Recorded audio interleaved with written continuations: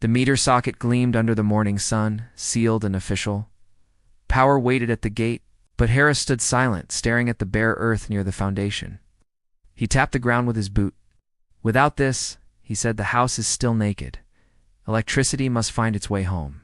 Today, you face the judgment of ground."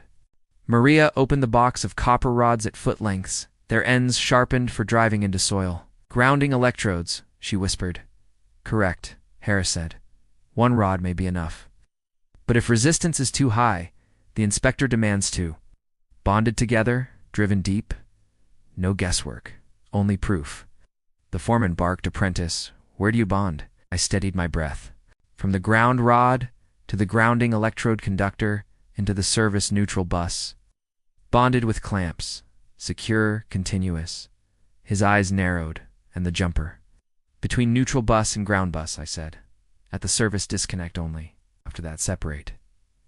The foreman's glare softened slightly. "Forget that rule once, and you build a path for fire." We set to work. Kevin hefted the sledgehammer, driving the first rod into the soil with grunts. Sparks of stone rang under each blow. Maria ran the copper conductor neatly, landing it under the lug with the torque wrench. Harris watched, nodding. Tight, but not crushed. Copper must flow free, not strangled. I drove the second rod, spacing it 6 feet from the first. Sweat stung my eyes, but the steel sank deep. Maria clamped the jumper between them, her hands steady. The copper ran like a lifeline into the service. When we finished, Harris inspected silently. The rods gleamed faintly in the earth, connected, bonded, unseen, but powerful. Just then the inspector's truck rolled up. He stepped out, eyes cold as ever. His tape measure flashed in the sun. He knelt by the rods, tugged at the clamps, checked the conductor's path. 2 rods, he said, spaced 6 feet, bonded. Torque, correct. He tapped the neutral bus inside the disconnect. Connection made. Separation beyond. Good. Kevin almost smiled in relief, until a shout came from across the road. The neighbor, arms folded, voice sharp. "That mast is too low. Those wires sag over my driveway. Unsafe." The inspector turned slowly, his glare heavier than the sun. "Clearance check." We measured, breath tight. 14 feet. Enough for a yard, but not enough for a driveway. The inspector snapped his clipboard shut. "Extend the mast. Without clearance, I do not pass this work."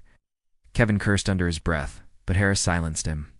"Apprentices learn. The ground may be perfect, but if the sky fails, all fails." Together we hauled the extension, bolting it to the mast. Maria adjusted the weatherhead higher. Drip loops stretched but intact. When we measured again, the line stood 17 feet above the driveway. Safe. The inspector checked once more. At last, he pressed his stamp onto the permit. Approved. Relief washed over me like rain. The rods hidden below, the mast rising above, the meter sealed between. It all felt whole now. Harris faced us, voice solemn. "Remember this. Service entrance is not only mast, meter, and ground. It is judgment. Inspectors test the sky, the earth, and everything between. Only when all align does power flow." The foreman added, his tone like thunder, "And remember, grounding is not decoration.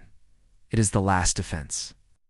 Lightning strikes, faults break loose, wires melt ground, carries death away from life." Maria's eyes lingered on the rods, now buried, invisible. "So the strongest part is the part no one sees." Harris nodded. "Exactly. Invisible, but vital. That is discipline." As we packed the tools, Harris's voice lowered. "You pass the judgment of ground. But beyond this lies a greater code. Protection not just for houses, but for every system you touch. Next, you will enter a new chapter." The foreman's gaze was hard, but his words burned like a promise. Next episode, the Code of Protection.